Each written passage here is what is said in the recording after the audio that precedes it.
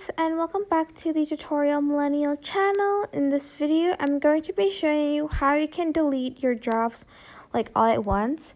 So just go to your drafts and then click select on the top right corner.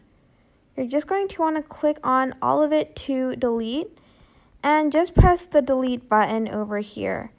And it says delete drafts. You either want to press keep or delete, and for this you want to press delete, but I'm not going to do that for my drafts. But if you do and install TikTok, it will discard all of your drafts. If you update it, it won't delete the drafts, but if you delete the app, it will delete all of the drafts for you. But that is basically it. I hope this tutorial was helpful for you guys. Don't forget to like, comment, share, and also subscribe to this channel if you haven't done that. If you have any questions, just leave it in the comment section down below and I will try my best to answer them all. Thank you so much for watching.